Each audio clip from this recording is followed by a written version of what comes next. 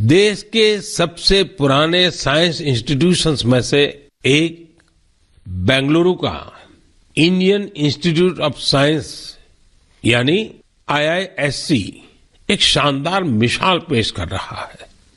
मन की बात में मैं पहले इसकी चर्चा कर चुका हूं कि कैसे इस संस्थान की स्थापना के पीछे भारत की दो महान विभूतियां जमशेदजी टाटा और स्वामी विवेकानंद की प्रेरणा रही है।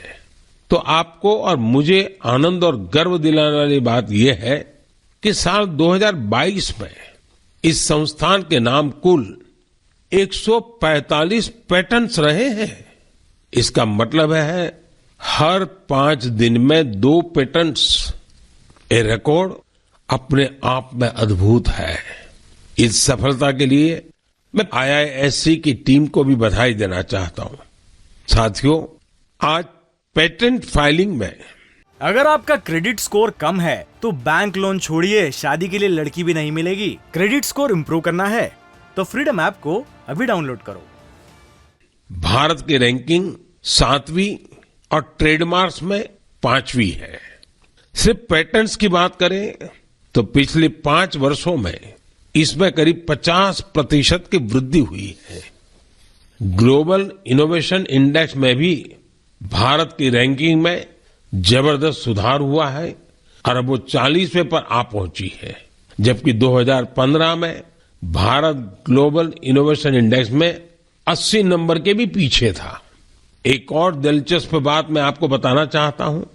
भारत में पिछले 11 वर्षों में पहली बार डोमेस्टिक पेटेंट फाइलिंग की संख्या फॉरेन फाइलिंग से अधिक देखी गई है।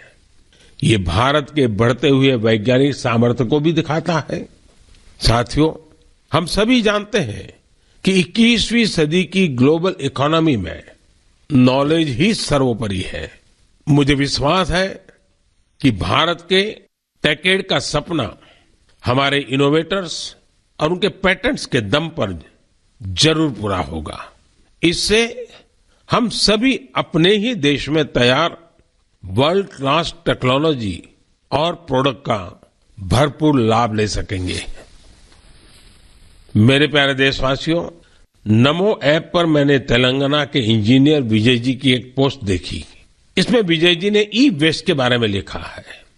विजय जी का आग्रह है कि मैं मन की बात में इस पर चर्चा करूं।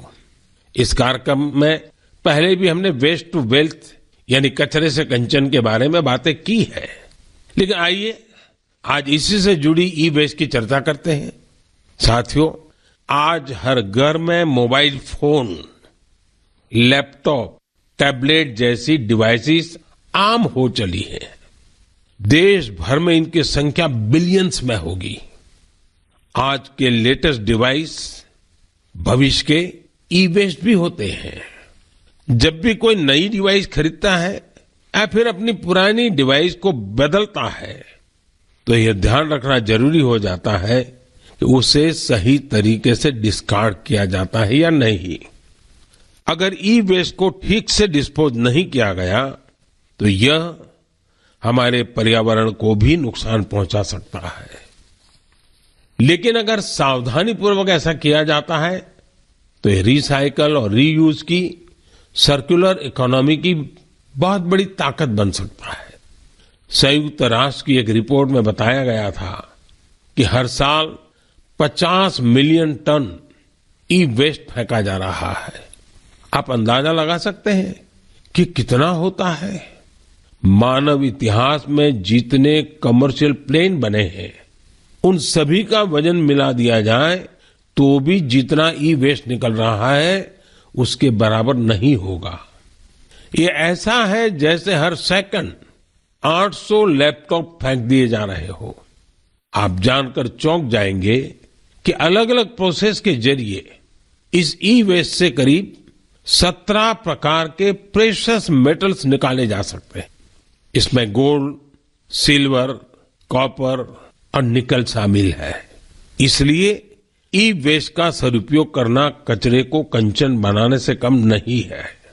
आज ऐसे स्टार्टअप्स की कमी नहीं जो इस दिशा में इनोवेट काम कर रहे हैं। आज करीब 500 ई वेस्ट रिसाइकलर्स इस क्षेत्र से जुड़े हैं और बहुत सारे नए उद्यमियों को भी इससे जोड़ा जा रहा है। इस सेक्टर ने हजारों लोगों को सीधे तौर पर रोजगार भी दिया है। बेंगलुरु की ई परिसरा ऐसे ही एक प्रयास में जुटी है। इसने प्रिंटेड सर्किट बोर्ड्स की कीमती धातुओं को अलग करके ही स्वदेशी टेक्नोलॉजी विकसित की है। इसी तरह मुंबई में काम कर रही इकोरिको ने मोबाइल ऐप से ई वेस्ट को कलेक्ट करने का सिस्टम तैयार किया है। उत्तराखंड के रुड़की की एटेरो रिसाइकलिंग ने तो इस क्षेत्र में दुनिया भर में कई पेटेंट्स हासिल किए हैं। इसने भी खुद की ई वेस्ट रिसाइकल टेक्नोलॉजी तैयार कर काफी नाम कमाया है। भोपाल में मोबाइल ऐप और वेबसाइट कबाड़ीवाला के जरिए टनों ई वेस्ट एकत्र किया जा रहा है। इस तरह के कई उदाहरण हैं। ये सभी भारत को ग्लोबल रिसाइकलिंग हब बनाने में मदद कर रहे हैं। लेकिन ऐसे इनिशिएटिव की सफलता के लिए एक जरूरी शर्त भी है। वो ये है कि ई वेस्ट के निपटारे से सुरक्षित उपयोगी तरीकों के बारे में लोगों को जागरूक करते रहना होगा। ई वेस्ट के क्षेत्र में काम करने वाले बताते हैं कि अभी हर साल सिर्फ 15-17% ई वेस्ट को ही रिसाइकल किया जा रहा है। मेरे प्यारे देशवासियों, आज पूरी दुनिया में क्लाइमेट चेंज और बायोडायवर्सिटी के संरक्षण की बहुत चर्चा होती है। इस दिशा में भारत के ठोस प्रयासों के बारे में हम लगातार बात करते रहे हैं। भारत ने अपने वेटलैंड्स के लिए जो काम किया है वो जानकर आपको भी बहुत अच्छा लगेगा। कुछ श्रोता सोच रहे होंगे कि वेटलैंड्स क्या होता है। यानी वो स्थान जहां दलदली मिट्टी जैसी जमीन पर साल भर पानी जमा रहता है। कुछ दिन बाद 2 फरवरी को ही वर्ल्ड वेटलैंड्स डे है। हमारी धरती के अस्तित्व के लिए वेटलैंड्स बहुत जरूरी है, क्योंकि इन पर कई सारे पक्षी, जीव, जंतु निर्भर करते हैं। ये बायोडायवर्सिटी को समृद्ध करने के साथ फ्लड कंट्रोल और ग्राउंड वाटर रिचार्ज को भी सुनिश्चित करते हैं। आप में से बहुत लोग जानते होंगे रामसर साइट्स ऐसे वेटलैंड्स होते हैं जो इंटरनेशनल इंपॉर्टेंस के हैं।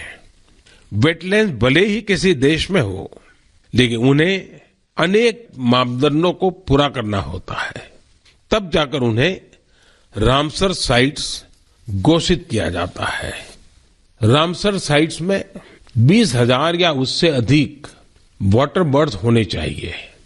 स्थानीय मछली की प्रजातियों का बड़ी संख्या में होना जरूरी है। आजादी के 75 साल पर अमृत महोत्सव के दौरान रामसर साइट से जुड़ी एक अच्छी जानकारी भी मैं आपके साथ शेयर करना चाहता हूं।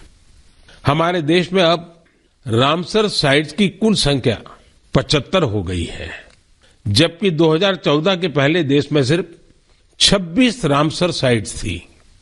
इसके लिए स्थानीय समुदाय बधाई के पात्र हैं, जिन्होंने इस बायोडायवर्सिटी को संजो कर रखा है।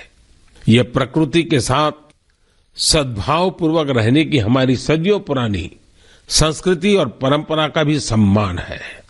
भारत के ये वेटलैंड्स हमारी प्राकृतिक सामर्थ्य का भी उदाहरण है। ओडिशा की चिल्का झील को 40 से अधिक वाटर बर्ड स्पीसीज को आश्रय देने के लिए जाना जाता है।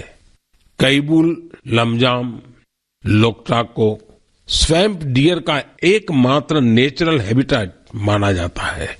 तमिलनाडु के वेर्थांगल को 2022 में रामसर साइट घोषित किया गया। यहाँ की बर्ड पॉपुलेशन को संरक्षित करने का पूरा श्रेय आसपास के किसानों को जाता है। कश्मीर में पंजाथ नाग समुदाय एनुअल फ्रूट ब्लॉसम फेस्टिवल के दौरान एक दिन को विशेष तौर पर गांव के झरने की साफ सफाई में लगाता है। वर्ल्ड रामसर साइट में अधिकतर यूनिक कल्चरल हेरिटेज भी है। मणिपुर का लोकटाक और पवित्र झील रेणुका से वहां की संस्कृतियों का गहरा जुड़ाव रहा है।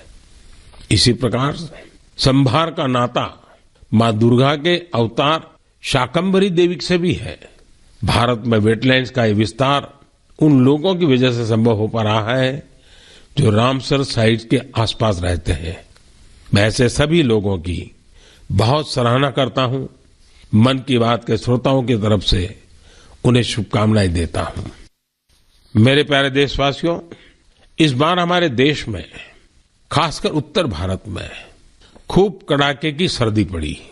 इस सर्दी में लोगों ने पहाड़ों पर बर्फबारी का मजा भी खूब लिया।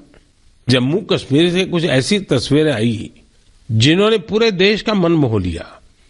सोशल मीडिया पर तो पूरी दुनिया के लोग इन तस्वीरों को पसंद कर रहे हैं। बर्फबारी की वजह से हमारी कश्मीर घाटी हर साल की तरह इस बार भी बहुत खूबसूरत हो गई है।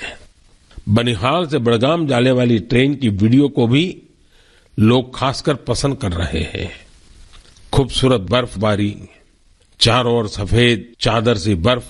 लोग कह रहे हैं कि ये दृश्य परिलोक की कथाओं सा लग रहा है। कई लोग कह रहे हैं कि ये किसी विदेश की नहीं बल्कि अपने ही देश में कश्मीर की तस्वीरें हैं। एक सोशल मीडिया यूजर ने लिखा है कि स्वर्ग इससे ज्यादा खूबसूरत और क्या होगा। ये बात बिल्कुल सही है, तभी तो कश्मीर को धरती का स्वर्ग कहा जाता है। आप भी इन तस्वीरों को देखकर कश्मीर के शहर जाने का जरूर सोच रहे होंगे।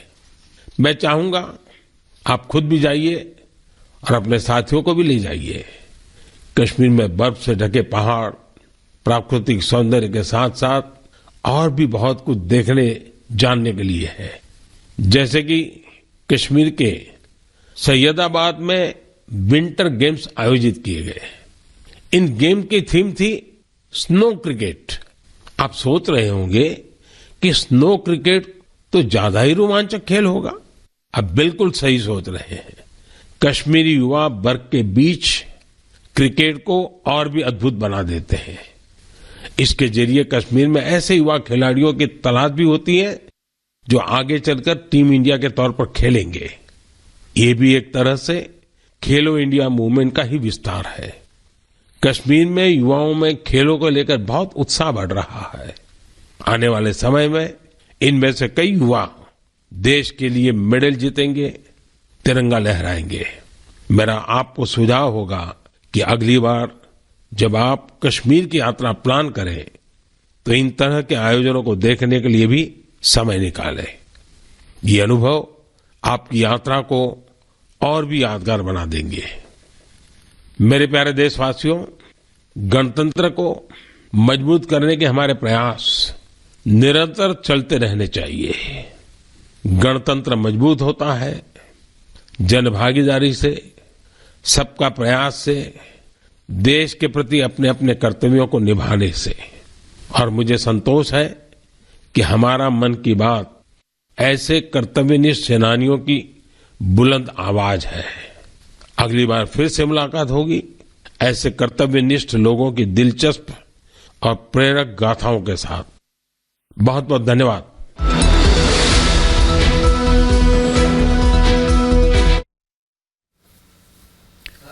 तो प्रधानमंत्री नरेंद्र मोदी को आप सुन रहे थे मन की बात कार्यक्रम में, और किस तरह से उन तमाम बातों को यहां पर दोहराते हुए, उन तमाम बातों को यहां पर करते हुए प्रधानमंत्री नरेंद्र मोदी ये जो इस साल यानी कि साल 2023 की अगर बात करें तो ये पहला मन की बात का एपिसोड था, और इसमें गणतंत्र से लेकर कश्मीर से लेकर उन तमाम बातों को हमने यहां सुना। मीनाक्षी, अगर आपका क्रेडिट स्कोर कम है तो बैंक लोन छोड़िए, शादी के लिए लड़की भी नहीं मिलेगी। क्रेडिट स्कोर इम्प्रूव करना है तो फ्रीडम ऐप को अभी डाउनलोड करो।